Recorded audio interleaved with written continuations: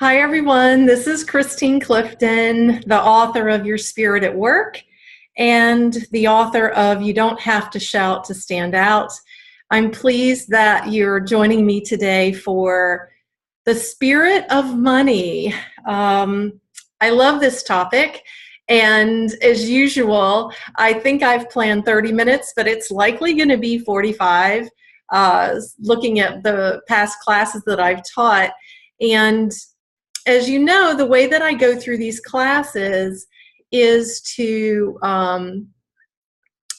first give some background about who I am, to also then give a little infrastructure to the teaching material, which is based on my experience. I don't believe I'm a spiritual teacher as much as I'm a way shower. So I give you my experience, and then at the end, I give you tangible tools that you can use to apply to these concepts. So that's how we're going to move through today. And again, I think you'll need to set aside about 45 minutes. Now, I did see some brand new faces on the registration for today. So if you are watching the recording instead of joining us live, I welcome you. And I want to give you just a little bit about who I am and what I stand for. I tend to work with soul-powered entrepreneurs, but I also work with soul-powered professionals and career people as well.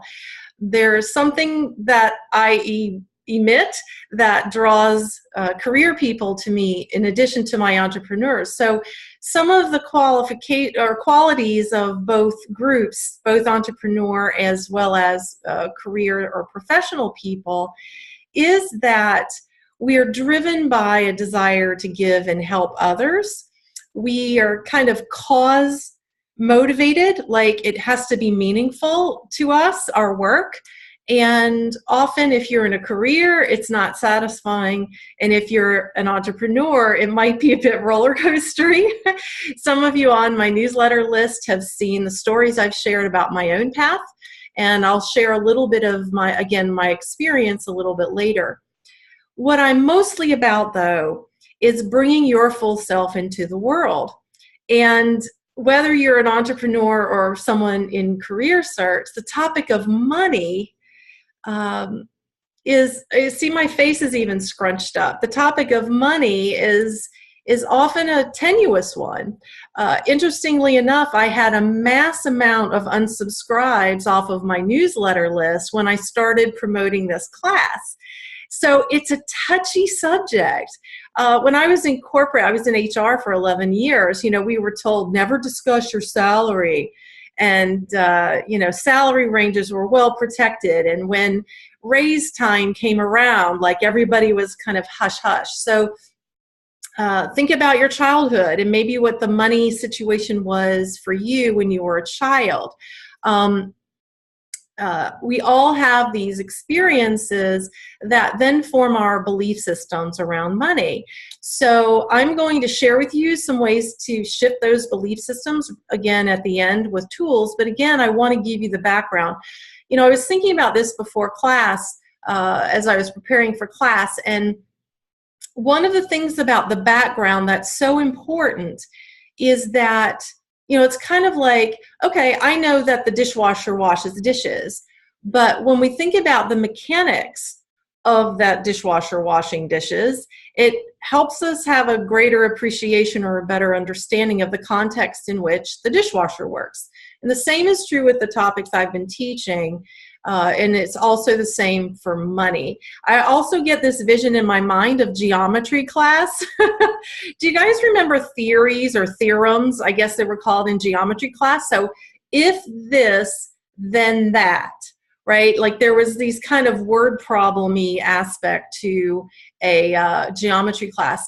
And that's the same with these concepts that I'm going to be sharing with you. That if you understand the mechanics, the if this, then that mechanics of what I'm getting ready to share with you, then you better understand the framework of the operating system so you can understand it more strategically. So some might say, what is that saying about feed a man a fish and he'll eat for the day, but teach him how to fish and he'll be, full his whole life. He'll eat his whole life. So it's a little bit like that. All right, so I wanted to share that. So the other characteristics of the people that come to me as soul-powered peeps, again, whether you're entrepreneur or professional or anywhere in between, we tend to have a belief system around like attracts like, the law of attraction, the secret. There might be metaphysics. There might have some spiritual belief systems as well. And so you might even think what you think about, you bring about. So all that informs the people that I best serve, because you can't just look at the surface. You have to look at the operating system, and those beliefs around like attracts like, the law of attraction, whatever the case might be, is the operating system that fuels that fuels what you do or what you choose. So with that little bit of background about who I am and what I stand for, is that I want you to bring your full self into the world. And often the way we operate as soul-powered people isn't the way everybody else operates. So we're watching, let's say, the cultured, I live in the US, so I look at the United States, and I look at what we're being cultured to believe and to do. And so many of the people I work with who are soul-powered don't share those cultured belief systems. We know that there's a different way. We know that there is a power beyond just us that's at play on our behalf. So if we were to follow the cultured norm, it probably isn't even going to work for us, because we have a different operating system, a different belief system than everybody else. So that's a big foundational component to everything I teach, but especially about money. My hair is really wigging out today. Okay, so if we believe in like attracts like, if we believe in the law of attraction, if we believe in what you think about, you bring about, here's another aspect of soul-powered people that is often their belief system. It's that we are not motivated by money. We're not motivated by money. Okay, so if you're nodding your head and say, yeah, I'm not motivated by money, I'm motivated by helping people. So these soul-powered people like us who are answering our calling to be of service in a greater way to the world. So, but we also believe like attracts like. So if we're not motivated by money, then how can we attract money? Right? I often get crickets chirping when I ask that question of my clients and prospects and my community. It's like, okay, so you might say, well, I'm not motivated by money. I just want to help people. But you believe in like attracts like. So how do you attract money? How do you attract money if money doesn't motivate you? So these are going to be some of the tools that I give you at the end. So if anything of this resonates with you, then you're on the right call. You're in the right class. Now, here's the other thing for soul-powered, spiritual, personal growth kind of people. What I've seen in terms of a trend in the personal growth and spiritual growth, I'm going to call it an industry, folks, because it is an industry. And quite honestly, I'm a part of that industry. But I'm a little bit of a contrarian in the industry. And so my contrarian position around what I'm getting ready to share with you is obviously what I believe. So you can take it, leave it, take it or lump it, but this is what I see. So what I see is an over-spiritualization of money, and my hands go like this because the over-spiritualization of money comes into play where they start to market prosperity and abundance. So, I'm more spiritual than money, so we're just going to work on your abundance, and we're just going to work on your prosperity. Well, that's, to me, an over-spiritualization of money, because here's why. If we believe that we're souls in a body walking this planet in this lifetime, then we have to operate, when in Rome, do as the Romans do, right? So we have to operate on this plane. And guess what makes the world go round on this plane? What makes the world go round on this plane is money. So to over spiritualize it and work on your abundance practices or work on your prosperity practices, they probably could be helpful for you, but money is it. Money is it.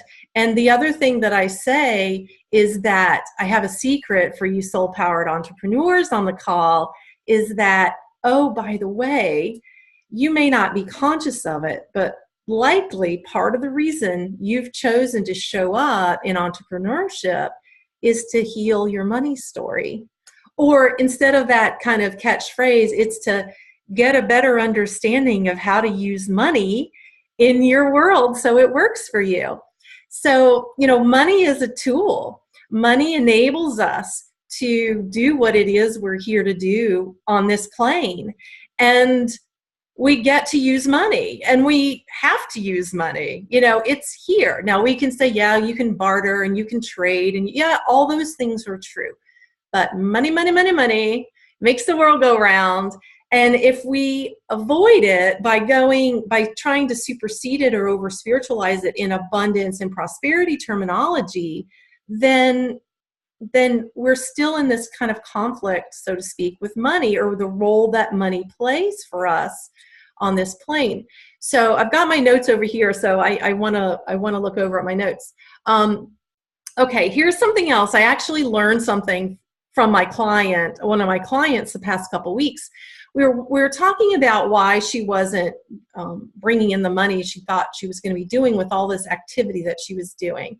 And she had told the universe, or in her case, she uses angel guides as well. So she said, I want to work this many hours. And so in her mind, she knew what she charged per hour, and that many hours ended up equaling a certain amount of money every week. So that's what she was communicating. And she said, at some point we were talking about something else, and she said something about angels can't count. And just tingles went all down my body. I mean, that's an affirmation for me that, there's a message in here for me or for my client. And I said, say that again. And she said, angels can't count. And I said, no wonder you aren't drawing the money that you want. You told the universe you want to work this many hours. You didn't say to the universe or to your angels, this is the amount of money I'd like to actualize. And so now I'm drawing into my money teachings with my clients that the universe can't count. Right? So think about it. I mean, whether you believe in the Big Bang and everything's coming back and crystallizing and actualizing, it doesn't have necessarily a brain. It's definitely not necessarily a brain, but it doesn't have numbers. So we get to show the numbers.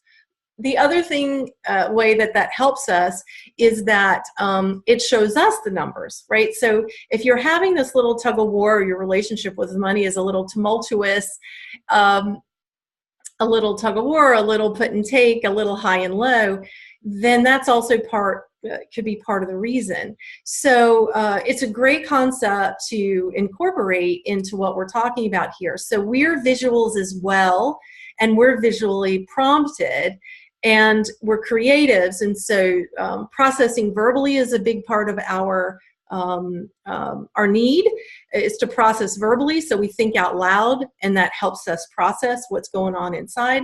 The second thing is we're visually prompted. This is why my class outline looks like this. So to think of the numbers gives us this visual prompt and visual imprint, and it also communicates then to the universe, your angel guides, or the source of your understanding, what your needs are and desires are. Okay, so the other characteristic of the people that I work best with is that we're highly relational. We believe in the power of human-to-human connection. Now, when I dig into this more with my clients who are soul-powered, who are also relational, it's uncovered in that discussion that they have a spiritual belief system, at least I put it in a spiritual category, of we're all one, right? We are all one. And so what we do to another, we do to ourselves, is also might be part of our belief system.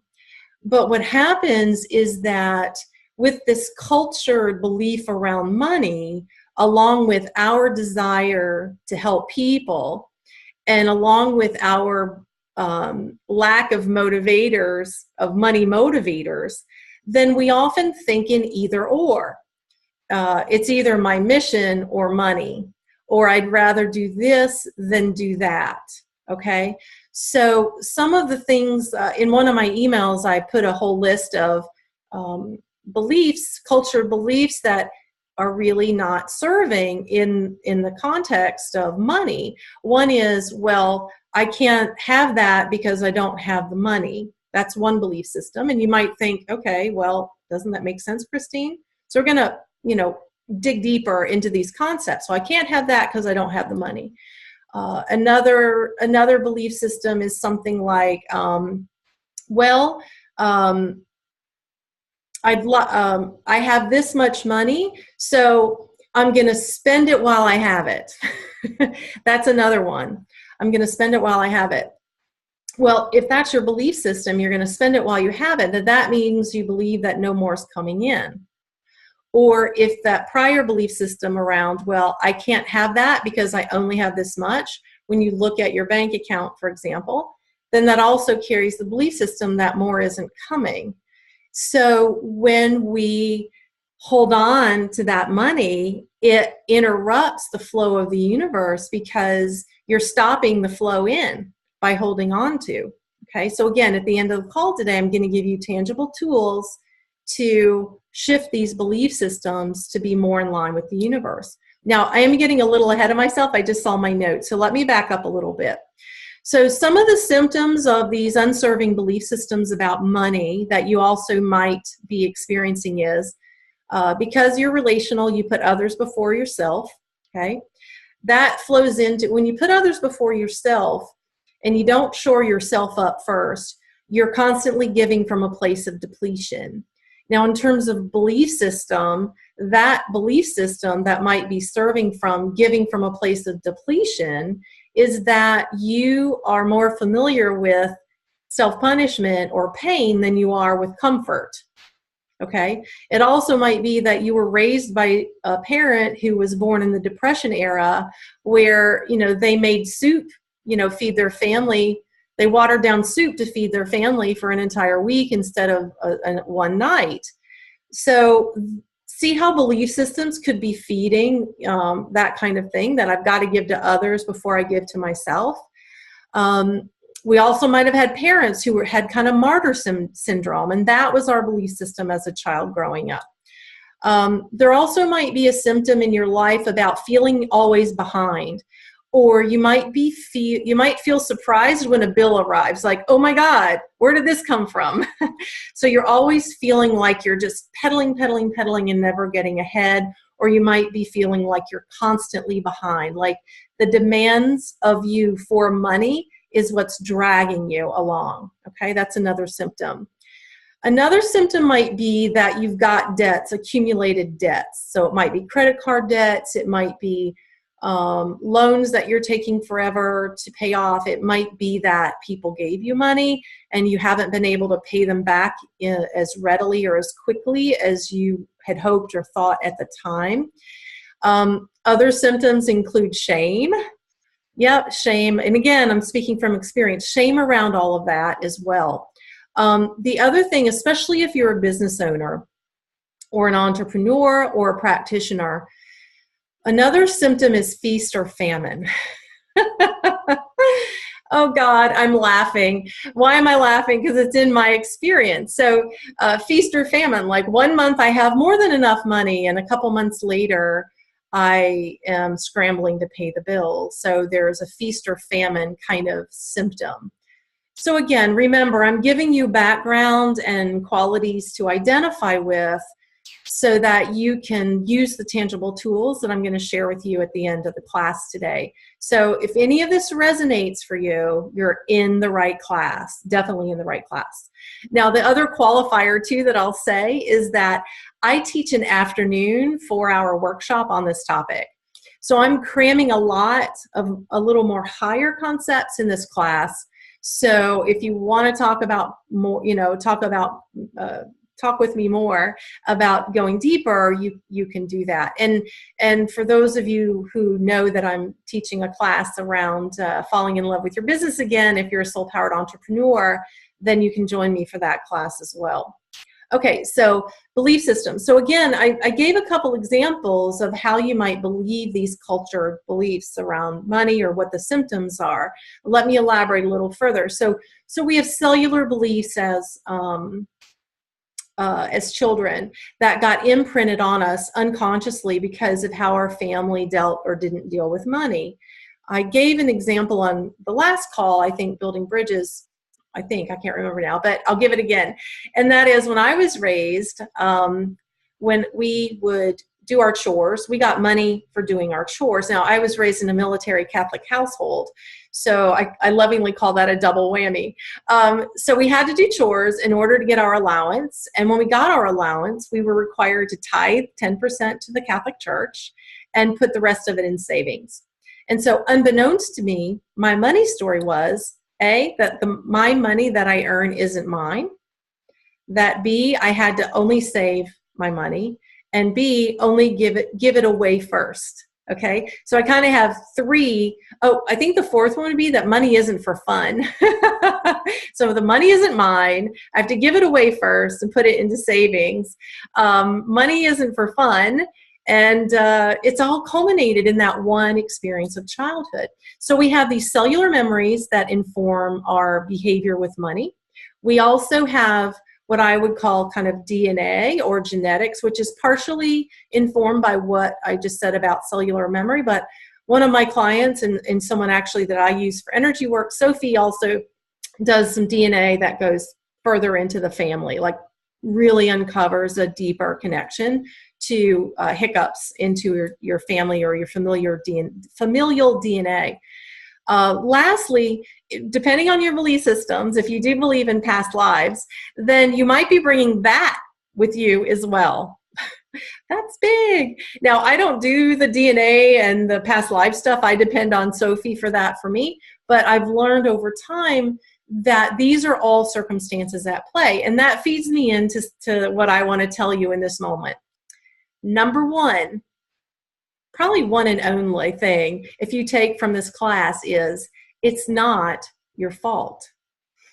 Okay, so I mentioned before you might be feeling shame around it. Well, I often find, for myself too, again, this is my story, I was very felt ashamed a lot with my story with money or behavior with money. But when you really recognize that it isn't your fault, that it's informed by all these things, it kind of helps you release that self-judgment. And again, if this is the only thing you take from this class, and you give yourself the gift of not judging yourself or blaming yourself or shaming yourself for your behaviors with money, oh my God, my job here on this planet is done. So please, please, please, at minimum, give yourself that gift. And I believe that knowledge, acknowledgement and knowledge is power. So if any part of that resonated with you and you can take that forward, that's going to inform everything that you do in the future with money and anything else, is to love on yourself, be loving with yourself, and know that every moment is the opportunity to make a change, which is why I'm so excited about the tools I'm going to give you in this class. So what I'm going to do before the tools is I want to give you some foundational resources that have informed me and my belief system up till now. Belief systems can be changed. Definitely my beliefs about money have changed big time over the years. So I offer them to you so that you can check in and see if they feel right for you. You see, the thing that I do in my practice with my clients is that I don't believe that any one formula works for everybody. And we're all at different places on our spiritual path. And so we're ready for different concepts at different times. Some of my clients are on the fast track to learning about these belief systems and tools and resources. Some people are in a place where they are going deeper into one particular concept. And there are no mistakes here, guys. There's no mistakes. There's no right or wrong. I look at things as good, better, best. And when we know better, we do better, as Maya Angelou says. And so what I'm offering you for these resources is just a way to check in with yourself, see where you are in this moment in time, and if you want to explore these resources, please do so. So resource number one, I actually didn't put this in my notes. I'm ad-libbing right now. So you might want to jot these down to see if they resonate. Resource number one, John Randolph Price. John Randolph Price wrote a book called The Abundance Book.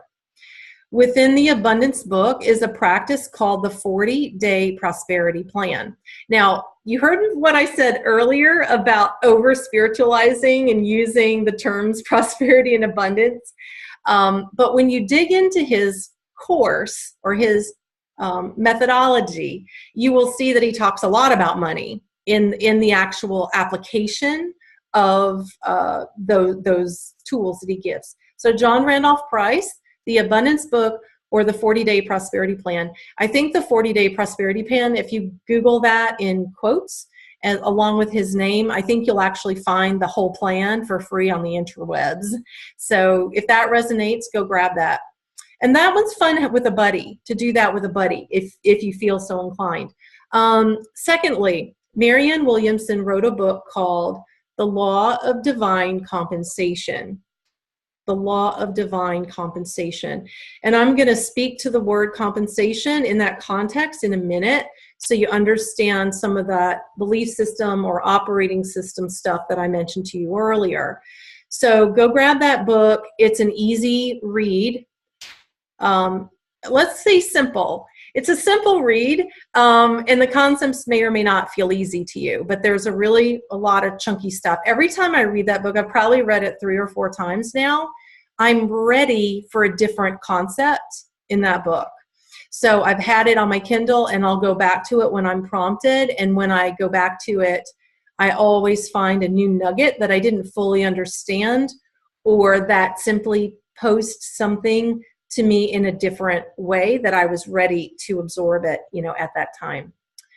Number 3 resource, Access Consciousness, Becoming Money Workbook. So the Access Consciousness, Becoming Money Workbook.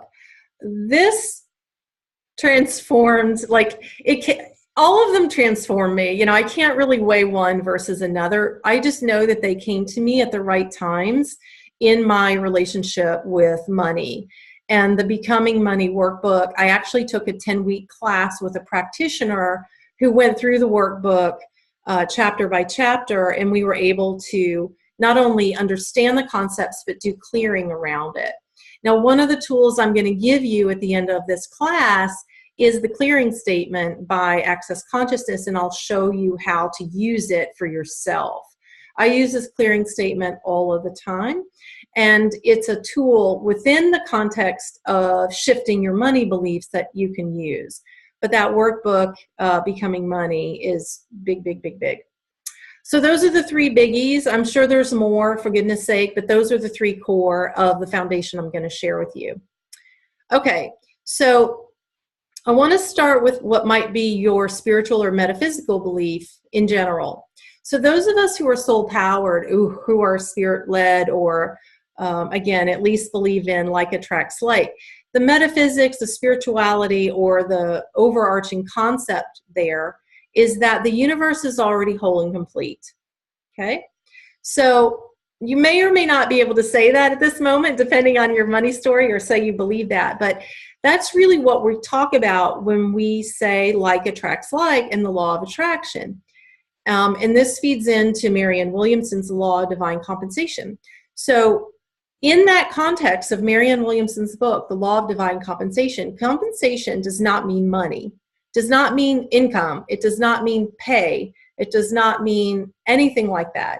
The law of divine compensation means that if the universe is already whole and complete, and something is moved out, or if something shifts, then the universe is going to compensate for that shift. Okay? So that's what compensation means in the context of her book, which is initially when I first read it, it blew the top off of my head. I mean, not really cancel, clear, delete, universe, but it was like, oh my God, that makes so much sense to me. Okay. So when we think of compensation then, instead of, in that way, instead of income or payment or things of that nature, and we understand it, that the universe is already whole and complete and it compensates for itself, it means that it's a self-correcting organism, okay? If you ever watch some of her talks, you'll see that she speaks in that way. Like the acorn will become a tree, okay? It's predestined. It's compensated for. And when the acorn, shifts into that form, something else comes in to where the acorn was in terms of universe. Think about digging in the sand on a beach, right? When you're digging in wet sand, the universe compensates by pulling in the other sand to take the place. And that's why when we do healing work, or a good healer will make sure that when you shift something or remove something, that you're putting something else in its place. And that's the way I operate too. So when I'm aware of my belief systems or my unserving belief system, if I just clear that belief system but don't replace it with what I'm choosing, a new belief system, then something else is going to come in that space that's created. And what I have found is that the old belief system will reclaim that space if I don't put something in its place. So the law of divine compensation, that is a foundational element that's at play in money. Money, money, money, money. Now, the other thing then is true with that concept, and that's a little bit where John Randolph Price plays in. One of his mantras is that no person, place, or thing is the source of my abundance or prosperity. So again, insert the word money there. No person, place, or thing is the source of my money. Now, think back when I was talking to you about the culture of belief systems. And again, I believed it. I had to get chores as a child. I had to do chores in order to get allowance when I was a child. When I took jobs, I had to work in order to get paid. So it's no wonder that we attach money to our activity of work, okay?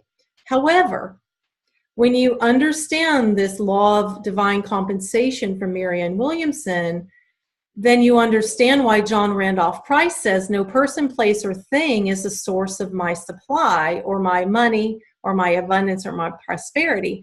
Only source is the source. I point up in the sky. I don't know, the source of your understanding, okay? So insert the source of your understanding there. That is the only source of my supply. And as a result, individuals are not compensated on their activity of work, but on their activity of consciousness. Again, that's John Randolph Price saying that.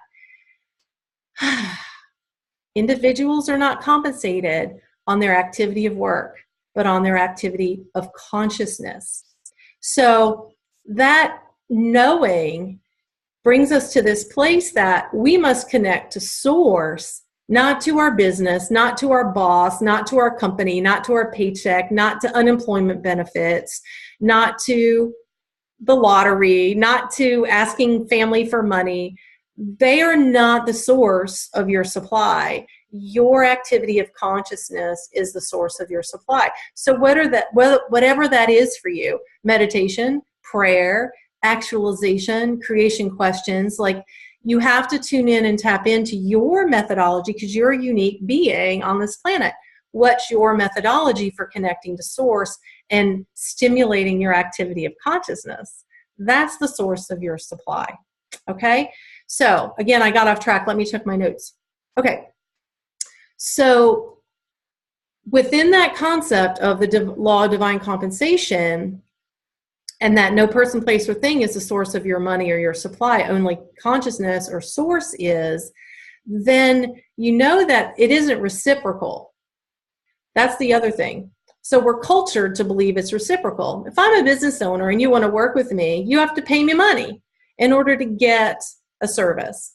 When you go to the movie theater to see a movie, you have to pay money in order to see the movie. If you're working for a company, you have to work in order to get money. So we're cultured to believe it's reciprocal. But I would venture a guess that those of you listening to this recording or on the call today also believe in karma. Okay. Now, karma means positive as well as not so positive. It simply means that, you know, what you send out will eventually come back to you. It's a little bit like a boomerang, but it's not reciprocal. Okay. So if you're mean to somebody, you may not get meanness back, but somebody might then be mean to you. Somebody else might be mean to you. Karma, whatever that definition is for you. You also likely believe in paying it forward. Okay, it's similar but different. So think about your pay it forward belief systems. Well, if I help this person, then I know that eventually I'm going to be helped by somebody else.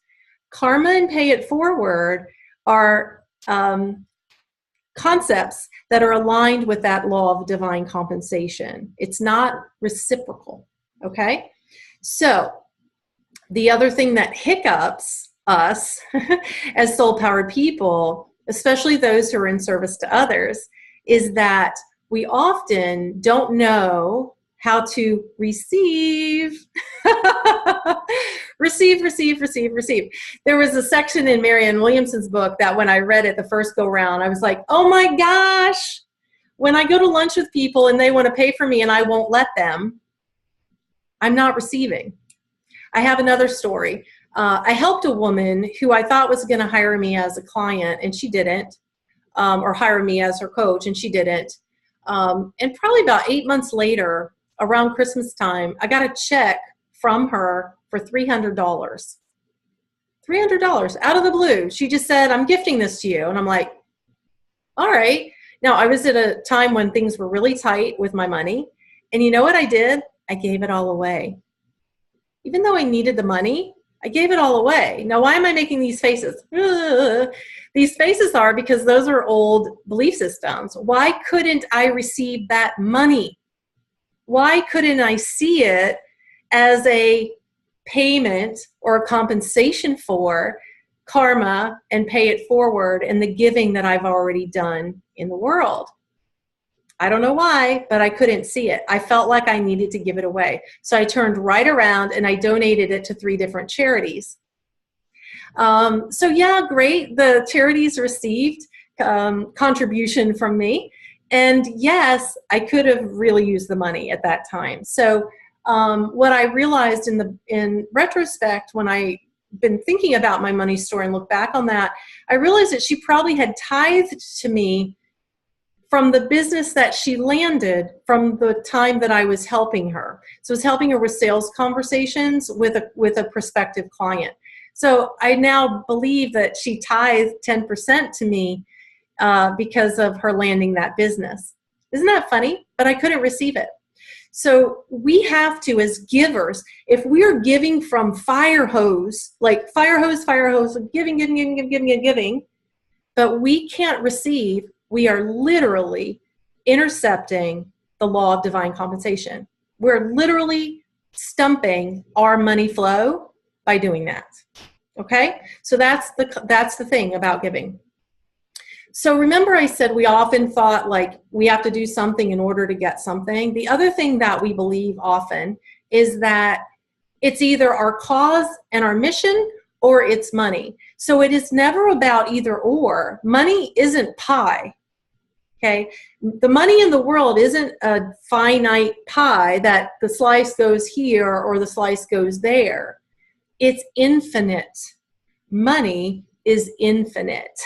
Okay, so it's not either or. It is both and. Okay, now I might be fire hosing you right now with all these concepts, but remember, I want you to check in with you and where you are on your path right now and see which of these concepts are landing for you or signaling you to pay attention to.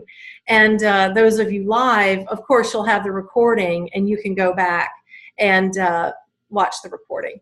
Okay, let's move then into another knowing around receiving. It's a little like receiving 201 instead of receiving 101. So think about a time, you guys remember layaway in retail? My second career was retail department store management, and it was a time before, I guess, I don't want to say that credit cards were really big, but that the credit card industry wasn't nearly as big as it had been at the time. The other thing was I worked at tertiary retailers. And so tertiary retailers are in very small towns, in very small areas. And people are often operating from a cash-only basis in their lives, at least at the time, in those communities. So we had something called layaway. Do you guys remember layaway? So, you know, it's July and our coats come in for the winter, and we had a layaway special for coats. So people would choose their coat, they would take it back to the layaway department, and they would make these even payments up until winter time when they needed the coat. And why I'm bringing that example in is that the law of divine compensation can work better for you in that way when you're earmarking money for what it is that you want, okay? Or that you're choosing, or that you'd like to actualize, whatever the words are, you know, that you use. I tend to stay away from want because I believe the universe is really literal. And if you say, I want this, then it's going to put you in a wanting state. Okay, sure, I'll let you want it. But if you're choosing it, that's a different power. So I like to use choose instead. So think about the vacation you might like to ideally have. I just yesterday had this knowing that I might be going to France in May. I mean, how cool is that? I could have gone to France at any time, but I had this thing that came into my awareness yesterday. I'm like, oh my gosh. And so if I want to go to France, if that's what motivates me and not the money. So remember what I said back to us not being motivated by money. So when I want to go to France, I'm going to say, I wonder how much that costs. So I'm like, I'm choosing to go to France. Well, the, you know, lodging is this, food is that, airfare is that, tours are this. So I'll probably add up a little spreadsheet for myself to say, hey, traveling to France is going to cost me $2,000. Just making that up. Okay. I don't do math in public, I say. But if it's $2,000, then I'm going to ask myself, what do I need to create so I can have that? Who do I need to be? What do I need to offer? What can I draw in? What can I actualize so I can have that trip to France? And knowing that the universe can't count, remember that earlier concept. And I'm telling universe, 2000, 2000, 2000, 2000, like I'm doing a little neon flashing sign to say, this is what I choose to, and this is what I need to actualize that. And that's when the resources and the money come in to provide for you. It's your choice and your intention that ignites the activity of the universe to compensate you for that choice. Okay, so to give you that. So coming back to layaway, right? That's the example for layaway. I want this coat. I'm going to put this money aside and pay so I can have that coat. So that's one of the tools that you can use to actualize what it is you want. So if we're not motivated by money and we're not choosing between mission or money, then we get to say, what does motivate me and what do I get to be, do, create so I can have that, right? That's one of the other concepts. The other thing I want you to think about is Christmas Club. I think some banks still have Christmas Club. It's a similar concept to layaway. What Christmas Club is I think it starts the week after Christmas, that they say that here's a Christmas Club account that you can start contributing money to every week. And then by the time your shopping season comes around for the next year, you have money in that account that you can use to spend. So this is a way to actualize the concept of compensation, that if money's flowing out, it's going to keep coming in, right? So if we're holding on to the money and we're not doing anything with it, we're not communicating a vibration or an energy to the universe, that more can come in. We're holding on to it. So the universe is like, okay, you're good. You know, I'm going to go work on something else right now. It's a little bit like when the body is under duress and it holds on to weight because it thinks you're starving yourself, you know. It's like body is like, no, I'm good. I'm going to hold on to this weight. So instead, if you're allocating money in this way and you're allowing it to flow out, then you're communicating to the universe that more can come in and that also that these are the things I want to actualize, that I'm choosing to actualize. And so the universe is like, okay, got it. Like, got it. And you're giving the universe specific dollars. Like, this is what I'm choosing, and this is what it's going to take to actualize that. Okay. So do you see how that language is? It's about choice. It's about actualization. And it's about compensate, the law of compensation, but also it's about contribution. You're contributing to. Okay. All right, let me look at my notes. Oh, this is a big one. Big, big, big. If you're not sitting down, you should sit down for this one. Okay, so another symptom I mentioned earlier is that you might have accumulating debt. And that word debt, doesn't that carry a heavy energy? I think Access Consciousness reframes debt with prior purchases, right? That's all it is prior purchases. When I bought my car, I didn't pay 20 grand for my Mini Cooper convertible. I got a loan, right? So that's a debt. And isn't it funny how we look at loans and mortgages differently than credit cards?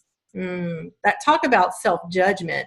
Holy for a holy. Okay, so that's all belief system shifting that you have the opportunity to do. So investors and millionaires, think of the Warren Buffetts of the world. Think about the Steve Jobs of the world. Think about even the Trumps of the world, okay? They don't look at debt as self-judgment. They look at debt as an investment in something that's going to happen in the future, okay? Now, I'm not telling you that, and don't even say or repeat or think that I'm saying, yes, Christine said I should go fill up my credit card because it's an investment in me in the future. But what I am saying is that when we have a connection with our ideal life design, of which our business is simply a part, and we have a choice that we're faced with that is resonating so strongly with us, then if we can shift the self-judgment about getting a loan, asking for money from other people, taking a job so that it funds, I call that a business loan. When you take a job, but you're funding a business that you're building on the side, that's really a business loan. It can help you change that perspective around debt. So investors never look at debt as I've got to pay off my debt. They never say I've got to pay off my debt because they know it's an investment in something that's going to appreciate in value in the future. Okay, so when we think about that, it's not reciprocal, pay it forward, karma, like all this stuff, you have to understand that when you do so with intention as well as alignment with your sacred calling, then these options become possible and inform what you're being called to do. So when you're making these decisions from a place of lightness, energetic lightness, that's a signal, that's a yes signal. I woke up Monday feeling all excited. Like I didn't even know what I was excited about. I felt all excited. And then I had the opportunity come into my awareness to go to France. And I was like, oh my gosh, universe. Yeah, I'm choosing France. So what do I need to do, be, and create so I can have that? And oh, by the way, it's going to cost about $2,000. So thank you very much in advance for helping me actualize that. I don't know if that was the specific thing around excitement, but kind of felt like it.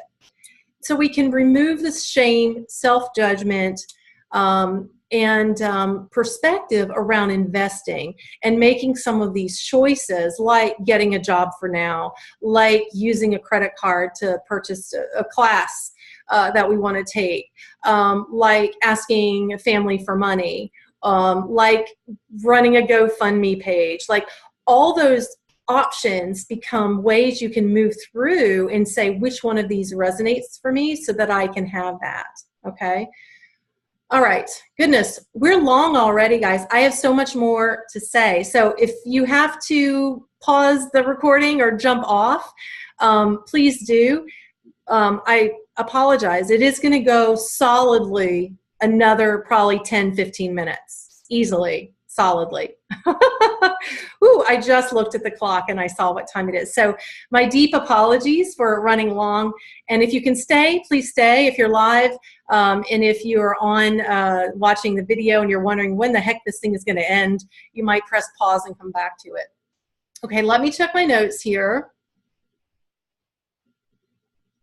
Okay, so I did say that it's your choosing then that allocates the resources for it. So the reason that that can happen is because we're not motivated by money, but we're motivated by the experience or the possibility or what we're choosing to create in our business, life, practice, whatever it is. The other thing I want to say about that is, remember earlier when I said that when you're giving from a place of abundance, it becomes an endless capability to give. We're used to giving from depletion, so we're always down into that lower energy or lower vibration of needing because we're giving. So if we allow ourselves to fill up, like if I had accepted that $300 to take the edge off or to do whatever I needed to do with it at the time, I would have been more able to give from overflow. And so we often think as servicepreneurs or soul-powered people that we have to give first. We often do to the detriment of ourselves. So if instead you're putting yourself first, what that signals to the universe is that you're increasing your own personal value and your own spiritual value by investing in yourself, and then you will always have it. You will always have it.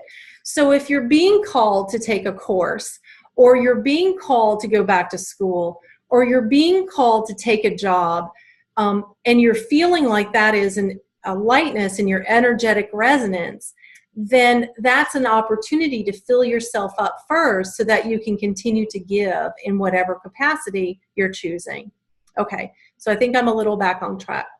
Now, for business owners on the call, there's a special element that I whispered to you at the beginning of the call, and that is I happen to believe that soul-powered people, in part at least, who choose entrepreneurship, have stepped in because unconsciously they are here to shift their money story, okay? So we often have trauma from trying to start a business or trying to run a business. We feel like we're doing everything right, we're doing everything everybody is telling us to do, we're running around doing all the right things, but it still doesn't feel like it's working for us.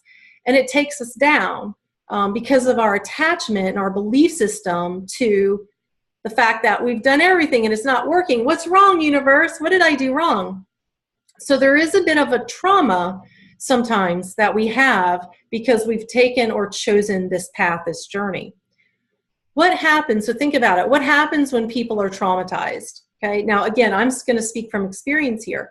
I've had a fetal position on the floor moment when I literally had $100 to my name. No more 401k, no more pension, no more savings, no more room on my credit cards. $100 to my name.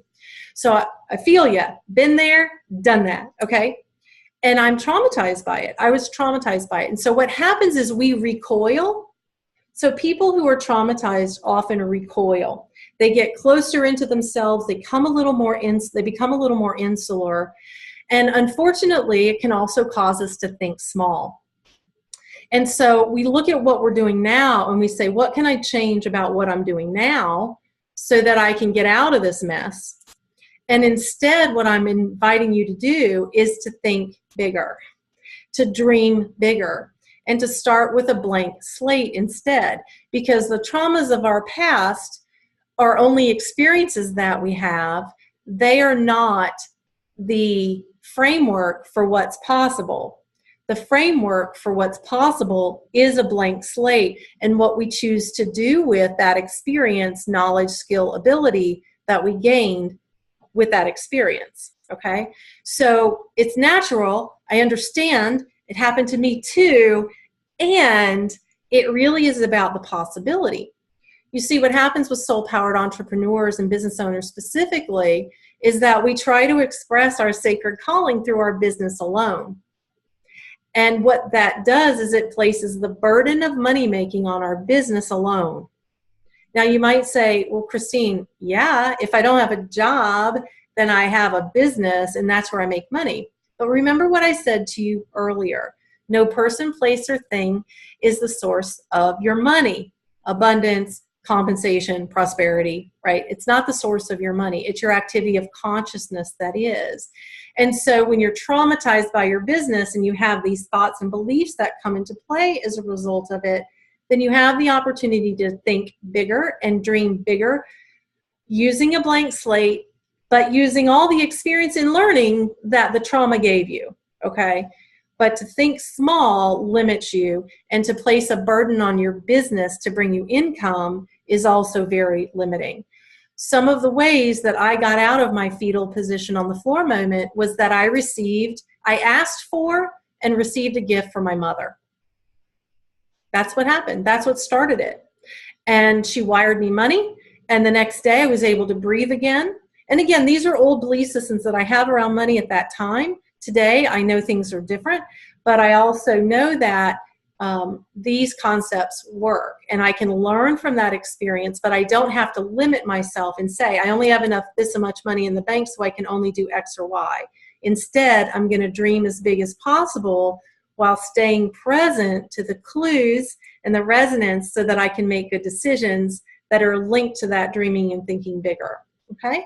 And it's ideal life design, my friends. It isn't just business. Your business is one out picturing of your sacred calling, not the out picturing of your sacred calling. Your being is your sacred calling. Anywhere your being shows up, you're in the course of your sacred work. We happen to choose our business, and sometimes we burden our business with the responsibility of being the only way we can gain money, right?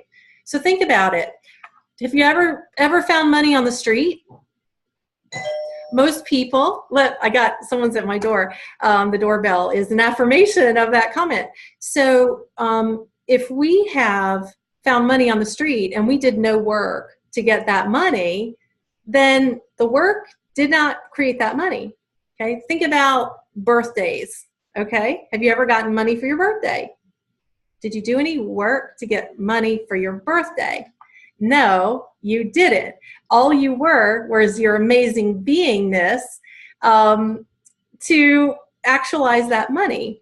So another way that I have gotten money is my grandfather passed away and he left me an inheritance. Did I do any work to gain that money? No. So we have to unattach ourselves from our business. And if you're not owning a business and you're in a career, you have to unattach yourself from thinking that your company is the source of your supply. Your business is not the source of your supply, and your career is not the source of your supply. Consciousness, your connection to the source of your understanding, is the infinite source of your supply. Okay, the other thing that happens after trauma is that we disempower ourselves because we start thinking, oh my God, if that offering didn't work, then what do they want? What offering does? And so we get in this kind of endless spiral of trying to decide what they want instead of choosing how you want to show up in the world. So we disempower ourselves, number one. Number two, we also tend to start undervaluing what we offer. So we'll price it really low because we haven't gotten business, and we think that if we priced it low that we'll get any business, okay? So that's the other thing. We start undervaluing ourselves because of that trauma. So we either have a belief system that what we have to offer isn't of value, or we'll drop the pricing because we want somebody to show up so that we can earn money. The other thing, this is big. I learned this last year for myself. I was working with a coach and I was telling her what my pricing was, and she goes, you know, Christine, people will drop that amount of money in a blink on a pair of boots. Woo! And I thought to myself, I would never spend that amount of money on a pair of boots. But it's true, relative value. And so we often don't look outside of our business to see what else is going on out there. And we often allow, this is the third thing, we often allow our own belief systems or trauma to inform our prospecting with a potential client. So if that client won't think twice about dropping $500 on a pair of nice boots, but they aren't going to invest in one of my programs for 500, then that's relative value. So it's important for us to understand relative value in general, because personally, no matter whether I was a millionaire, I don't think I would spend $500 on a pair of boots. I don't value fashion. Doesn't matter much to me. But also the trauma that we might have experienced up till now could also suppress our awareness that other people spend money, much more money than us, on other things. So we have to understand this, be aware of undervaluing ourselves, or also the relative value. We also need to be aware, just to recap, of not disempowering ourselves. I'm checking my notes here, or thinking small. We need to do the best that we can, not to project our money story, because it has nothing to do with our potential clients and everything to do with our spiritual and personal growth. So we kind of need to separate that a little bit to say, yeah, I'm working on my money story, and my worth is worth this much because look at this big picture, this big value that I create and that I offer. Okay. All right, so let's recap some of the tools, and we're going to start winding things down. Now, for those of you live, I will open it up for Q&A. And for those of you watching the recording, we're starting to wind up, so you can take notes. And if you want, those of you watching the recording, if you want to reach out to me at Christine@ChristineClifton.com, just send me an email, Christine@ChristineClifton.com. Okay. So another tool that you can use is that earlier I said question. So asking a question of the universe. So what do I need to be, do, or create in order to have that? So you want to ask that question. Now that is a access consciousness concept.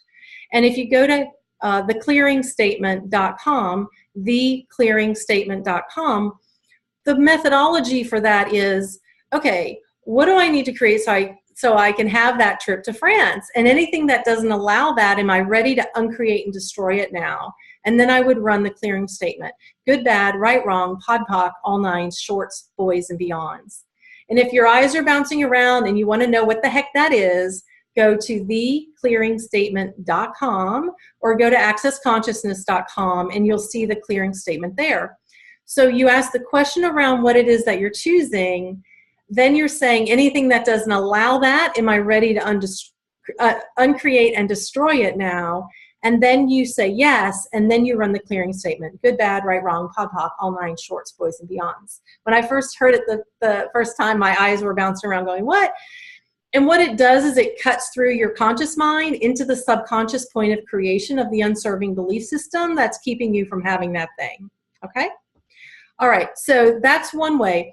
Now we can problem solve with a question like that, like about my trip to Paris, or we can ask a broader question. So the broader question example would be something like, I wonder what it would be like if money flowed into me easily and steadily. And anything that doesn't allow that, am I ready to uncreate and destroy it now?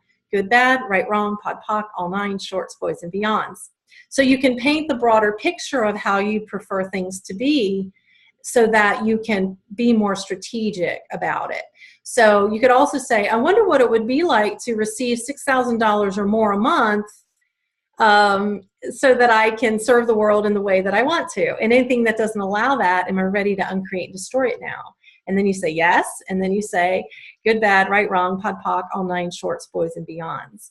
So you can do something problem solving, but the actualization of a broader or more strategic question can also serve to your advantage. Okay? All right, second tool. Let's see. Blah, blah, blah. Oh, this is good. Okay, honor accounts. Honor accounts. What does that mean, Christine? It's not a concept exclusive to Access Consciousness. I think if you were to read, oh, here's another resource. I have not read it, but a lot of people refer to Good Rich Dad, Poor Dad as a book to read. Maybe I'll read it at some point, but it just hasn't resonated for me. And they say that this is mentioned in that context as well. So an honor account is a bank account in which you add money and you don't draw from that money. So you accumulate it and you don't use it. Other people say you accumulate it and you only use it in times that you're going to buy something that will appreciate in value. So an example might be real estate, okay? Of course, these days in the US, real estate isn't a huge return on investment these days. But anyway, that's just one example. The purpose behind an honor account is for you to be able to visually see your money accumulate, okay? Now, one of the clients I was working with had barely 2 pennies to rub together. And what I said to her was, can you put 1 penny every week in a jar? Have a clear jar on your dresser, and every single week you put a penny in that jar. Like, it doesn't matter if it's 10%. That's what I do in my honor account. When money flows in, I give 10% to my honor account because I'm watching it appreciate, okay, and grow in value. But the same concept can apply to her in that context. Put a penny in a jar once a week, okay? The concept is not the amount of money. The concept is a visual representation of the accumulation of wealth, okay? So that's one tool that you could also choose. Another one is to have a savings account, okay? So the savings account may be a little bit like the Christmas Club or the layaway example, where you say, every time that money comes in, I'm going to give $5 to the savings account, or 10, or 20, or 50, or a set amount, right? So the purpose, though, for the savings account is that you're collecting it in order to use it for something, okay? As opposed to the honor account, where you're collecting it and not going to touch it unless you're going to buy something that will continue to appreciate in value. So the savings account this is the amount of money that I'm accruing towards a particular thing. Guess what I just started? Savings account for France, okay, for Paris, because that's what I want to see, the money accumulating towards that. I happen to do the same thing in my business for taxes. Every single week, I put money aside so that I can pay taxes, okay?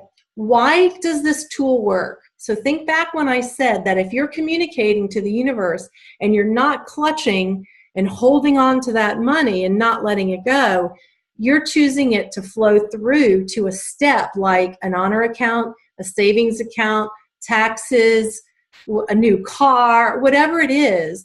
The universe is being signaled to keep having money come in because you're continually putting money in those accounts. And again, the amount doesn't matter. It's the energy behind your intention of, this is how I'm choosing to use money, okay? All right, so that's another practice. Another one is buy yourself a bauble. Okay, one of my clients bought herself a bauble over the holidays, and so in some cases we don't buy for ourselves, we only buy for others. And when you have a bauble or something you're going to look at on a regular basis, then it is a reminder of where your wealth has gone, right? Rather than paying for food, paying for rent, paying for your kids this, your kids that, and you don't have like a tangible representation of your money. So do you see my necklace? Isn't that gorgeous? There's a woman in Hawaii who makes unique, one-of-a-kind jewelry. And this was the bauble that I chose that I wanted to have with me. You guys probably have seen this on many calls, but I like touching it. It's a representation of where I'm choosing my money to go. And I love delicate jewelry. So that was an example. So you can buy yourself a bauble. It doesn't matter how much it is, my friends. It's a representation, an energetic representation. Okay. The other thing that you can do, and there's a bazillion more, but this is where I'm going to kind of wrap up the tools part of the class today. On every check that I write, now I don't write many checks and not many of us do, but there is a notes section even in electronic funds transfers, okay? So on every check that I write and on electronic funds transfer, I write thank you every time I make a payment. Thank you. I'll put a heart on the notes line of a check. I'll put thank you. Last year when I paid my taxes that were still due, I actually had a sticky note that was a set of lips, like, pucker lips. And they may not have liked me when it arrived at the IRS, but I don't really care because they had to peel off the sticky note before they could process the check. But I slapped that baby right on the front of that check and wrote thank you in big letters when I paid my taxes, people. Okay? Why? Why? Because it's appreciation. And the word appreciation doesn't just mean thank you. It means to increase in value. And again, looping back to that law of divine compensation, do you know what that check pays for? I'm paying for salaries at the IRS. I'm paying for things that help our country because our taxes go to, fund what we're doing in our country. There are lots of beautiful ways to look at paying bills or sending money out. So when we infuse that with the energy of this knowing that it is part of a greater design in the universe of compensation, then we can send that energy out every time we pay a bill or pay somebody. Okay? Some say it's gratitude. Yes, it's gratitude. Gratitude is one of the highest vibrational emotions and feelings that we can carry. And that's a great way to do that as well. Okay. Whew. I went way over, my friends. I'm so thankful for those of you who stayed with me on the live call. And for those of you watching the recording, I'm sure you've gotten some great value out of today. Go back, re-listen to this almost hour and 15-minute class now on this money and see what sticks. Go back to those resources that I mentioned to you, see what resonates, and step in to those resources if they feel aligned. And if your head is swirling and you're like, oh my gosh, Christine, so much of this resonates for me and I don't know where to start, I would love it if you would send me an email at Christine@ChristineClifton.com so that we can hop on the phone and chat through where you are right now. It may not be working with me, but it might be working with somebody else that I know, or it might be giving you a resource that I have that could help you. So please do. I hope you'll take me up on that. Again, those of you live, I'll be stepping into Q&A. And for those of you watching the recording, thank you so much for stepping into the Spirit of Money today. And I'd love to hear your feedback on the class as well. Again, I'm Christine Clifton. You can contact me at Christine@ChristineClifton.com. I'll see you next time.